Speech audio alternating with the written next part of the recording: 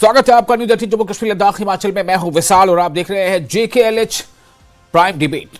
सरकारें क्यों होती हैं, वजारतें, मंत्रालय क्यों होते हैं, लोग धूप हो, गर्मी हो, बरसात हो, लंबी लंबी कतारों में खड़े होकर अपने मर्जी की सरकार क्यों चुनते हैं?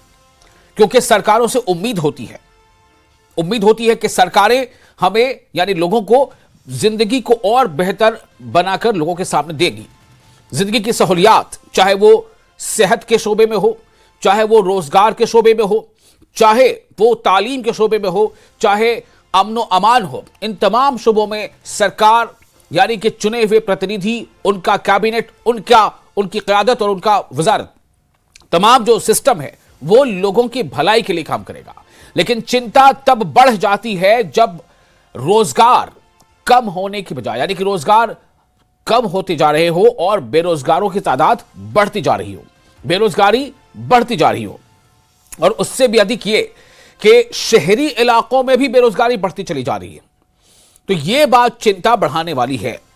जम्मू कश्मीर में एक वक्त अभी ऐसा आ गया है जब जो डेटा है, जो आंकड़ा है, जो आदाद शुमार है, वो ये बताते हैं कि कौमी औसत से भी ज्यादा बेरोजगारी की शरह बढ़ गई है जम्मू कश्मीर की। कितनी बढ़ गई है यह बेरोजगारी? शहरों में ज्यादा बढ़ गई है या ग्रामीण इलाकों में, रूरल इलाकों में, देही इलाकों में? मर्दों में ज्यादा बढ़ गई है या ख्वातीन में? और अगर बढ़ गई है तो इसका जिम्मेदार कौन है? क्या फैक्टर्स हैं? किस तरह की सियासत जो जिम्मेदार है? इस पर आज हम करेंगे खास तौर से गुफ्तगू चर्चा। आप बने रहें, JKLH प्राइम डिबेट आप देख रहे हैं, मैं हूं विशाल।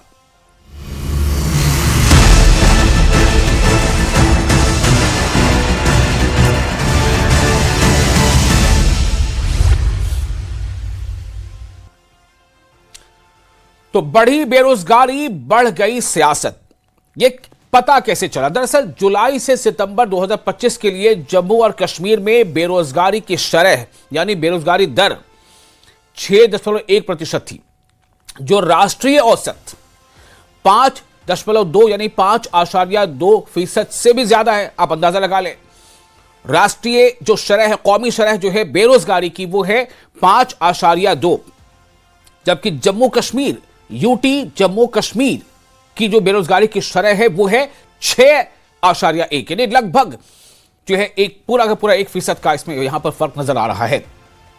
यह बात दरअसल पार्लियामेंट के अंदर बताई गई है और member parliament P Santosh Kumar के राज्यसभा में एक सवाल के जवाब में जो राज्य मंत्री है यानी मिनिस्टर ऑफ स्टेट है, इंडिपेंडेंट चार्ज राव इंद्रजीत सिंह ने ये आदाद शुमार पेश किए हैं, ये आंकड़े बताए हैं। अब जाहिर है कि जब ये आंकड़े आ गए हैं तो इस पर सियासत भी होगी, एक दूसरे को जिम्मेदार ठहराने की कोशिशें भी होंगी।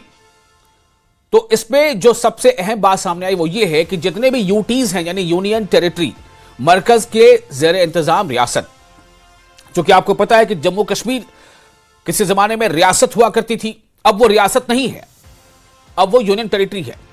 तो यूनियन टेरिटरी के जो शहरी इलाके हैं वहां ये फर्क बेरोजगारी में, जो शरह में जो फर्क है वो और ज्यादा है। यूनियन टेरिटरी के शहरी इलाकों में 10.6% तक बेरोजगारी है, 10.6% तक, जबकि जो देही इलाके हैं यूनियन टेरिटरी के वहां 5.1, यानी एक बहुत बड़ा कंट्रास्ट है कि आखिर ऐसा क्या है कि शहरी इलाकों में जितनी बेरोजगारी है वो बहुत ज्यादा है, दोगुनी से भी ज्यादा है बनिस्बत देही इलाकों के।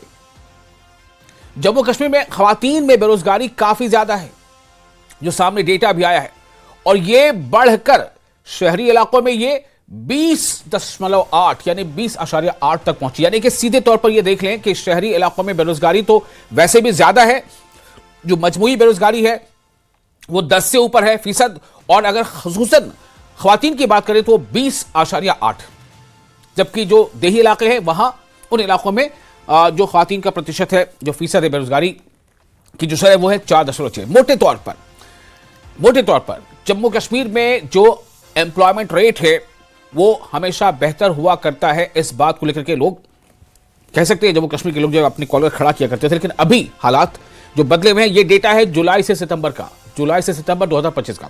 इस पर चर्चा करेंगे, हमारे साथ कुछ खास मेहमान जुड़ रहे हैं।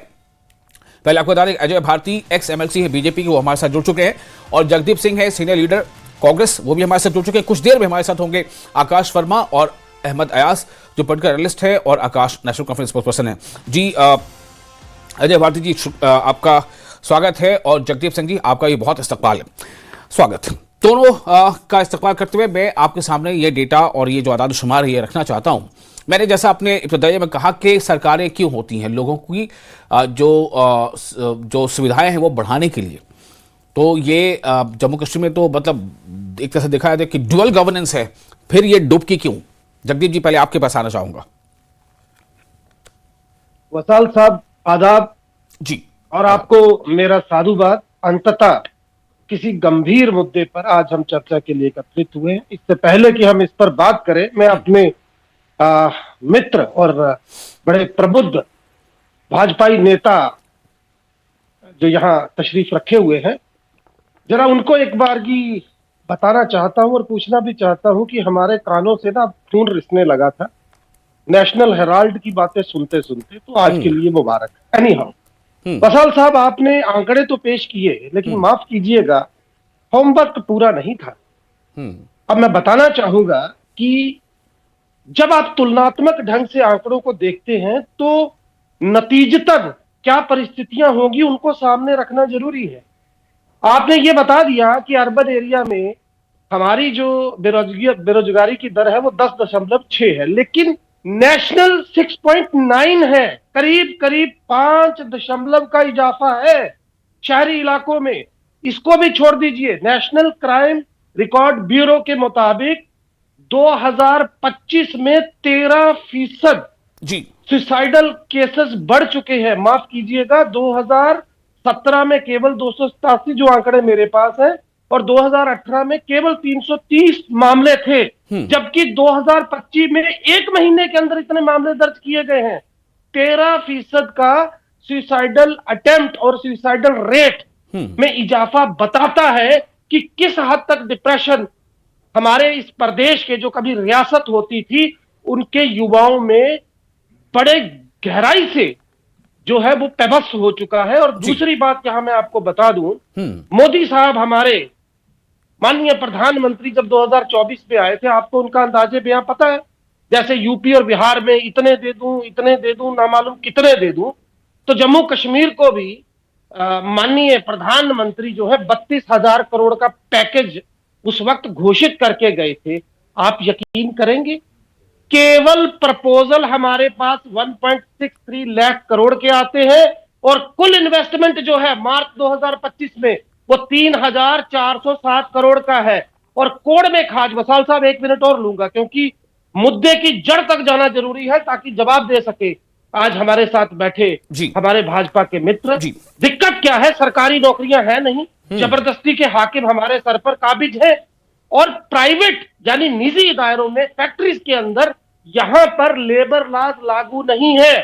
12-12 घंटे काम करने के बाद ना पीएफ कटता है, ना टीडीएस मिलता है, ना किसी तरीके का कोई इंश्योरेंस ईएसआई वगैरह होता है। तो लोगों की हार्ड मास की गहरी कमाई जो दलाल ठेकेदार बनाकर कारखानों में बिठाए गए हैं, ताकि उन पूंजीपति लाला लोगों को, इन तमाम लोगों को नियमित ना करना पड़े, ज्यादा पैसा ना देना पड़े, ये असली वजह है। पूछिए इनको, श्रम कानून आपने क्यों नहीं लागू किए जम्मू कश्मीर में? और जो अभी की घोषणा, फर्स्ट रिएक्शन में चाहता हूं कि आप लोग 1 से 1.5 मिनट अपनी बात पूरी कर ले, फर्स्ट राउंड, उसके बाद फिर दोबारा क्रॉस क्वेश्चनिंग करेंगे। हमारे साथ अजय भारती भी जुड़ चुके हैं, एक्स एमएलसी बीजेपी के। अजय भारती साहब, ये मुझे लग रहा है कि थोड़ा सा चौंका रहा है, मतलब जब राष्ट्रीय औसत से भी ज्यादा बेरोजगारी की शरह बढ़ गई है, यानी बेरोजगारी बढ़ गई है जम्मू कश्मीर की। अजय भारती जी, शुक्रिया, धन्यवाद। और अनम्यूट कर ले खुद को। जी, मेरी आवाज आ रही है? जी, आप आवाज आ रही है, बोलिए। मैं तो जी, मैंने कहा आपको और आपके दर्शकों को, मेरे को पैनलिस्ट्स को मैं अपनी तरफ से नमस्कार करता हूं जी। और स्वभावतः जो कांग्रेस के स्पोक्स पर्सन चाहे लोकल या नेशनल लेवल पर आते हैं तो झूठ के सहारे ही शुरुआत करते हैं और विषय अंतरण करने में महारत हासिल जो डेटा मैंने यहां रखा उससे मैं आपका रिमार्क्स चाहूंगा पहले, उसके बाद भी आप कांग्रेस वाले को जवाब दे दीजिएगा। फिलहाल जो मैंने डेटा सामने रखा है कि 5.2 के मुकाबले 6.1 यूटी की जो बेरोजगारी वो 6.1 है, प्रतिशत, जबकि जो राष्ट्रीय औसत है वो 5.2 है। विशाल साहब, नहीं विशाल साहब, जो हमारे कांग्रेस के मित्र जिनको आपने पहले बुलवाया ना, उन्होंने पहले ही विषय अंतरण किया, उन्होंने सब्जेक्ट को डाइवर्ट किया। खैर, मैं उस पर नहीं जाता हूं क्योंकि वो उनका स्वभाव है, झूठ बोलते हुए गलत बोलना। इसका जवाब आज मेरे हिसाब से, क्योंकि ये जुलाई से सितंबर तक का आपने बताया कि ये आंकड़ा है, जैसे आपने बताया और जो राज्यसभा में बताया गया, इसका जवाब इसी गठबंधन को, इंडी ब्लॉक के सरकार को देना पड़ेगा। क्योंकि मैं मार्च में जब असेंबली सेशन मार्च में जब यहां पर सेशन चल रहा था, तब मैं चीफ मिनिस्टर, मुख्यमंत्री, जो हमारे फाइनेंस मिनिस्टर है, उनके रिपोर्टिंग देख रहा हूं, जो उन्होंने असेंबली में कहा, अपने जो बजट के भाषण में भी, या जो उनके ही अपने ही असेंबली मेंबर्स ने क्वेश्चन पूछा, चाहे वो तनवीर सादिक साहब हों, चाहे वो मुबारक गुल साहब हों, ऐसे हमारे मेंबर्स ने जो पूछा उनको जवाब दिया नहीं दिया वो अलग, लेकिन अपने मेंबर्स को जो कहा, तो उन्होंने पिछले 3-4 साल में एम्प्लॉयमेंट में इंप्रूवमेंट कैसे हुई ये गिनाया था, उन्होंने कितने सरकारी मुलाजिम लगाए गए उनका बताया था। पिछले ही 2 सालों में उन्होंने बताया लगभग 12,000 लोगों को सरकारी जॉब्स दिए गए। उन्होंने बताया कि एम्प्लॉयमेंट अपॉर्चुनिटीज पिछले 2 साल में कितना हुआ, यह मार्च 15 को रिपोर्ट हुआ है। मैं उसी आधार पर इनको याद दिलाना चाहता हूं, फिर याद दिलाना चाहता हूं अपने मित्र कांग्रेस के, जिनकी सहयोग से सरकार चल रही है, कि इनके मैनिफेस्टो में क्या कहा गया था। इनके मैनिफेस्टो में कहा गया था 1 लाख जॉब्स दे देंगे, 180 दिन में रोजगार एक्ट लाएंगे, रोजगार अपॉर्चुनिटीज क्रिएट करेंगे। हम यही पूछना चाहते हैं, आपने किया क्या 1 साल में? आप तो सरकार चला रहे हैं, अगर ये पहले जब आप अपोजिशन में थे या सरकार से बाहर थे, तब तो आप बड़ी बड़ी बातें कर रहे थे, मैनिफेस्टो में आपने बड़ी बड़ी बातें करी है। आज तो बता दीजिए अपनी इस पर आपकी प्रतिक्रिया पूरी हो गई। मैं क्रॉस क्वेश्चनिंग अभी सेकंड राउंड में, इस पर प्रतिक्रिया पूरी हो गई इस आंकड़े पर? जी जी ठीक है, ओके। आकाश वर्मा हमारे साथ मौजूद है, स्पोक्स पर्सन नेशनल कॉन्फ्रेंस के। आकाश वर्मा, आकाश, अब मैं चाहूंगा पहले आप रिएक्ट करें। How will you react, how will NC react on this? जो डेटा है वो ये बता रहा है, संसद में डेटा पेश किया गया है पार्लियामेंट में, कि जम्मू कश्मीर की बेरोजगारी की शरह बढ़ गई है कौमी शरह से भी ज्यादा, और उसमें जो ज्यादा फिक्र की बात है कि शहरी इलाकों में ये बेरोजगारी ज्यादा बढ़ी है बनिस्बत देही इलाकों के। क्या कहेंगे इस पर आप? देखिए विशाल जी, मैं आपको बताऊं कि ये जो आप बेरोजगारी का रेट आप डिस्कस कर रहे हैं, आज का जो हमारा टॉपिक है, ये 2014 के बाद का जो ओवरऑल आप देश का सिनेरियो देखेंगे with respect to Jammu and Kashmir, तो हमेशा से जो ओवरऑल हमारा जो जनरल हमारा अनएम्प्लॉयमेंट का रेट है वो नेशनल से ज्यादा है। और अगर मैं स्पेशली यूथ की बात करूं तो it is more than double. अगर मैं नेशनल की बात करूं तो इट इज अराउंड 10 to 12%, और अगर जम्मू कश्मीर की बात करूं तो 18% से ज्यादा है।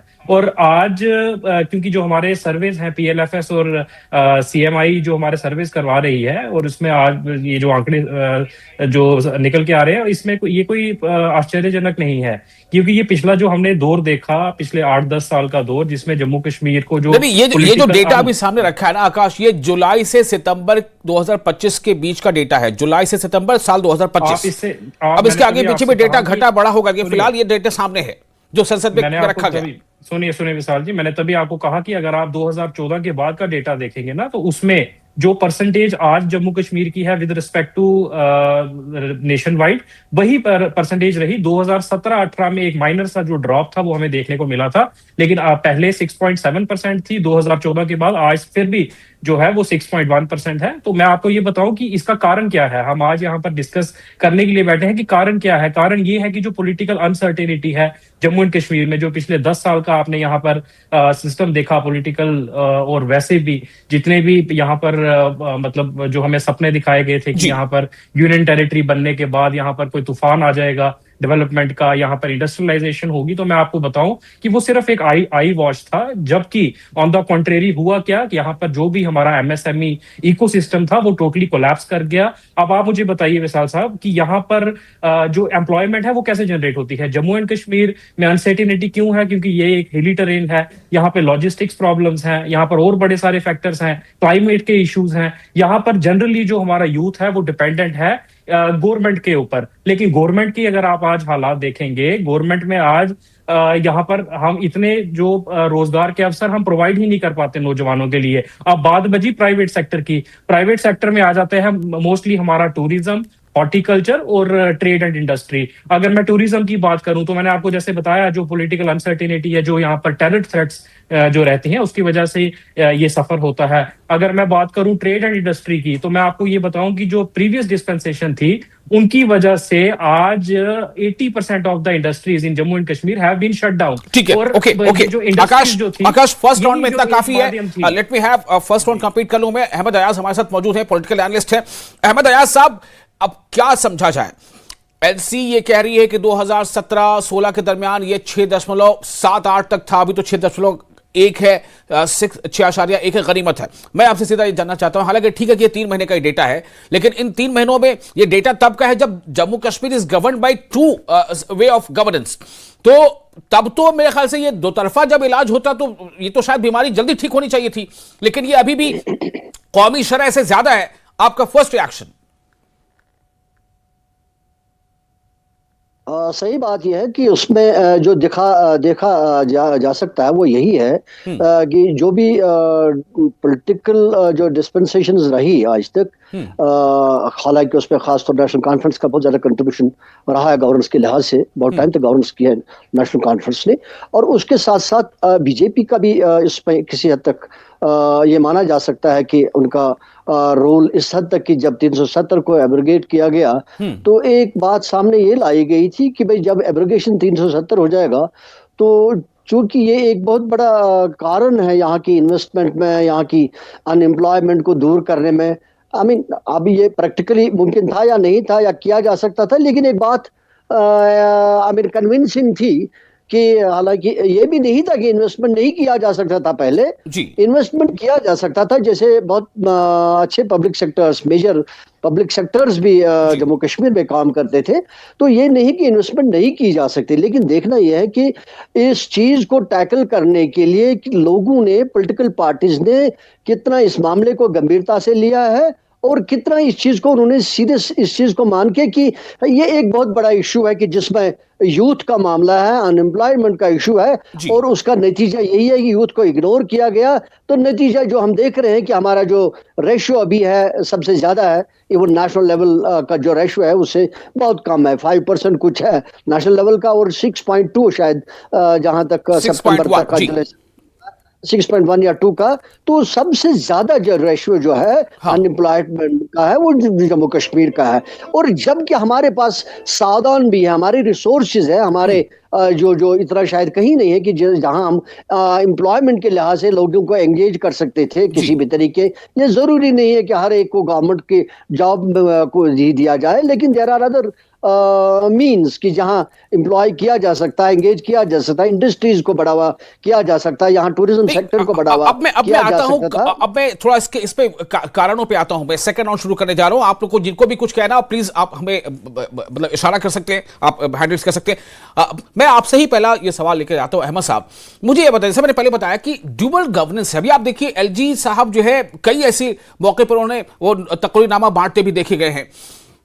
मतलब दो तरफा सरकारें हैं, अगर इसमें कंपटीशन, लोग कहते हैं कि ज्यादा कंपटीशन होगा तो उस पर तरक्की अवाम का होगा, तो इसमें आखिर क्यों पीछे रह गई यूटी और खासतौर से जम्मू कश्मीर, जो आमतौर से पहले ऐसा माना जाता था कि अनएम्प्लॉयमेंट वहां पर है नहीं ज्यादा, अब ये बढ़ गई है, राष्ट्रीय औसत से बढ़ गई है। वजह क्या? अगर हम अनएम्प्लॉयमेंट की बात, जब हम अनएम्प्लॉयमेंट विज़ाविज़ ड्यूअल गवर्नेंस की बात करते हैं, मुझे लगता है कि these are 2 different issues. Dual governance के हम चलिए ड्यूअल गवर्नेंस से इशू है, it's not that it's not an issue तो है, दिक्कतें होंगे गवर्नमेंट को काम करने में, इसलिए शायद क्योंकि इनका एक सबसे बड़ा जो हैबिट था, जो एक्सपीरियंस था, इनका एक्सपीरियंस था फुल फ्लेज्ड स्टेट में काम करने का। अभी यूटी में है, दिक्कतें आती होंगी कि वहां तो हर एक चीज खुद किया जा सकता था किसी को पूछे बगैर, लेकिन अब यहाँ छोटी छोटी चीजों पर कदगन है, तो दिक्कतें होंगी। लेकिन जहां तक अनएम्प्लॉयमेंट का मामला है, ये अनएम्प्लॉयमेंट अभी जब से यूटी बनी तब से इशू नहीं है, उससे पहले भी हमारा जो रेशियो था बहुत ज्यादा था, वो उस वक्त भी शायद नेशनल एवरेज से ज्यादा था। मैं वापस आता हूं जगदीप जी, आपके पास मैं आ रहा हूं। सीधा ठीकरा आप पर इसलिए फुट रहा है कि अभी आप सरकार के साथी हैं, ठीक है। दूसरा, ये जो डेटा सामने अभी है ये जुलाई से सितंबर 2025 का है, आप इससे कैसे पीछा छुड़ा सकते हैं? बसाल साहब, या तो मुझे सुना नहीं गया, बराए मेहरबानी फिर से इल्तिजा करूंगा, जरा गौर से सुने। आप इस डेटा को एक तरफ रख दीजिए। मैंने आपको सुसाइडल अटेम्प्ट्स और सुसाइडल रेट के आंकड़े बताए, उसके अलावा मैंने आपको ये बताया कि कुल एक्चुअल इन्वेस्टमेंट कितना हुआ, जो कि 2024 में मोदी जी ने हजारों करोड़ में बताया था। 32,000 करोड़ का घोषणा था और 3,407 करोड़ का इन्वेस्टमेंट है। ये एक पहला सवाल। दूसरी सबसे बड़ी बात जी, ये वो लोग हैं जो अगर कहीं किसी मरीज को एक पैकेट बिस्किट का देते हैं तो उसकी भी फोटो खिंचवाते हैं। ये गवर्नर एलजी का काम है कि एक एक व्यक्ति को वो अपॉइंटमेंट लेटर बांटे, जो कि एक प्रोसीजरल पॉइंट ऑफ व्यू से अगर किसी ने आवेदन किया उसको नौकरी मिली है। लेकिन हम देखते हैं इस देश में ये होता चला आ रहा है, माननीय प्रधानमंत्री से लेकर हर जगह यही है। तो इसको छोड़ दीजिए। मुद्दे की बात यह है कि बिजनेस रूल्स अभी तक फाइनलाइज नहीं हुए, बजट में कटौती इन्होंने की। फॉर्मर फाइनेंशियल कमिश्नर के पब्लिक डोमेन में यह कहने पर कि मोदी जी ने मुझे मना किया गैर भाजपाई प्रदेशों का बजट काटने के लिए, बताता है कि इनकी नीयत क्या है। इनको आज सोचना चाहिए।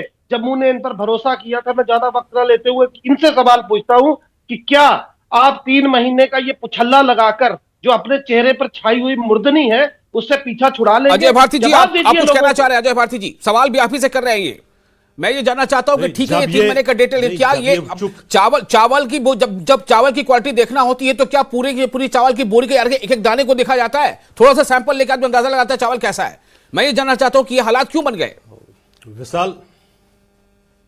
विशाल साहब, मैं यही फिर दोहराऊंगा कि कांग्रेस या इंडी अलायंस का जो विषय से हटना इनकी कला है, क्योंकि ये पकड़े जाते हैं। जब ये पकड़े जाते हैं तो विषय से भाग जाते हैं, इधर की उधर बात कहते हैं। मैं ये कह रहा हूं कि इस सरकार ने अपने मैनिफेस्टो में ये कहा।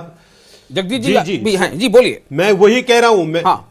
नहीं, अगर या तो मुझे आप अनइंटरप्टेड बोलने दें तब तो फायदा है, नहीं तो इन्हीं को कह दीजिए बोलने के लिए। बोलिए बिल्कुल। 2023-24 में उमर अब्दुल्ला साहब का ही कहना है कि यहां पर अनएम्प्लॉयमेंट दर 4.4 थी। उन्होंने जो मैंने कहा आपको मार्च 15 की रिपोर्टिंग देख लीजिए जो उन्होंने असेंबली में कहा। क्यों 4.4 से अब ये 6.7 पर आई और 6.1 ये मार्च में भी थी, ये उमर अब्दुल्ला साहब बोलते हैं। मैं वही बोल में बीच में बोलो नहीं, बीच में नहीं बोलो जगदीश बाबू बीच में बोलिए नहीं, आपको टालोगे क्योंकि आपकी गर्दन पर हाथ आ गया ना, आपकी गर्दन पर हाथ आ गया, आपके फैक्ट्स को एक्सपोज हो गया आपके, इसलिए आप तो तिलमिलाएंगे, आप तो तिलमाएंगे। आपने कहा था आपने 180 दिन में आप बोलोगे झूठ, आप बोलोगे झूठ। कोर्ट ने क्या कहा था वो बताओ। वोट चोरी पर क्या हुआ है वो आपने देखा, उस पर क्या हुआ आपने यही कहना है। वही आप वो आदमी है जिसने कहा था गौर कदल पर आपने आईएसआई को भी वो मारे, आपने आईएसआई को भी झूठा करार दिया। आप आईएसआई तो सिर्फ 50 तक गया, आप तो 200 तक गए, ऐसे झूठ बोलते हैं। ये आपका झूठा, आपने पाकिस्तान को बचाना है, आपने ये नहीं बताना है। मैं वही कह रहा हूं, आपने वो कुछ कहना चाह रहे हैं तो उनको सुन लेते हैं ना अजय भारती को, फिर आपको भी सुन लेंगे, है ना। फिर पता चला डिस्कशन कहां से कहां यूएन तक पहुंच जाएंगे हम लोग। बात हम कर रहे हैं जम्मू कश्मीर की बेरोजगारी की। जी, ये सवाल है पैसा कितना, जहां ये नहीं सुनेंगे, ये नहीं सुनेंगे। इनकी नेशनल कॉन्फ्रेंस हर दिन बेइज्जती करती है, हर दिन इनको डिसग्रेस करती है ये, लेकिन पल्लू पकड़कर बैठते हैं। ये नेशनल कॉन्फ्रेंस से कह नहीं सकते। आपने कहा था कि 180 दिन में सारे वैकेंसीज आप रेफर करेंगे। किया क्या? ये आपके मैनिफेस्टो पेज नंबर 12 पर लिखा है, पेज नंबर 12 पर मैनिफेस्टो पर है। क्या कांग्रेस में इतनी हिम्मत है पूछने की? क्या कांग्रेस में इतनी हिम्मत है पूछने की? नहीं पूछ सकते क्योंकि रहमो करम पर है, क्योंकि रहमो करम पर है, रहमो करम पर है नेशनल कॉन्फ्रेंस के। नहीं तो आपकी रोटी ये जो 3-4 सीटें आई थी वो भी नहीं रहेंगे। आपको मैं फाइनल कमेंट के लिए जा रहा हूं। अब ये जाति तौर पर जो ये मतलब एक दूसरे पर हमला है उससे हटके मैं चाहता था कि कुछ फैक्ट पे बात हो जाए और ये समझ में आए कि जो सरकारें हैं उनका लाहेअमल क्या हो, कैसा हो। जी, क्योंकि पकड़े गए हैं। बिल्कुल। आकाश फाइनल कमेंट फ्रॉम यू। मैं जानना चाहता हूं 10-20 मिनट बताएं आप, 10-20 सेकंड में क्यों ऐसा है, क्या इसमें सुधार की उम्मीद कर सकते हैं आगे? विशाल साहब, अगर आप भारतीय जनता पार्टी को इन्वॉल्व करेंगे और उनका पॉइंट ऑफ व्यू लेंगे तो वो तो यही कहेंगे कि जो आज करंट जो गवर्नमेंट है उसकी वजह से हुआ। लेकिन मैं आपको बताऊं 2014 से, मैं आपके साथ फैक्ट के ऊपर बात कर रहा हूं, 2014 से लेकर, देखिए ये बात ही नहीं करने देंगे। ये देखिए ये इनका तरीकाकार है। मतलब आप विशाल जी इनको म्यूट कीजिए, फिर मैं बात करूंगा इनके साथ। पेज नंबर, आप तो दादागिरी करोगे ना, आप तो दादागिरी करोगे। 2014 से लेकर 24 तक इन्होंने किया क्या? इन्होंने जो हमारी पॉलिटिकल अनसर्टेनिटी की वजह से इन्होंने यहाँ पर जो हमारा जितना भी गवर्नमेंट सेक्टर था उसको खत्म कर दिया।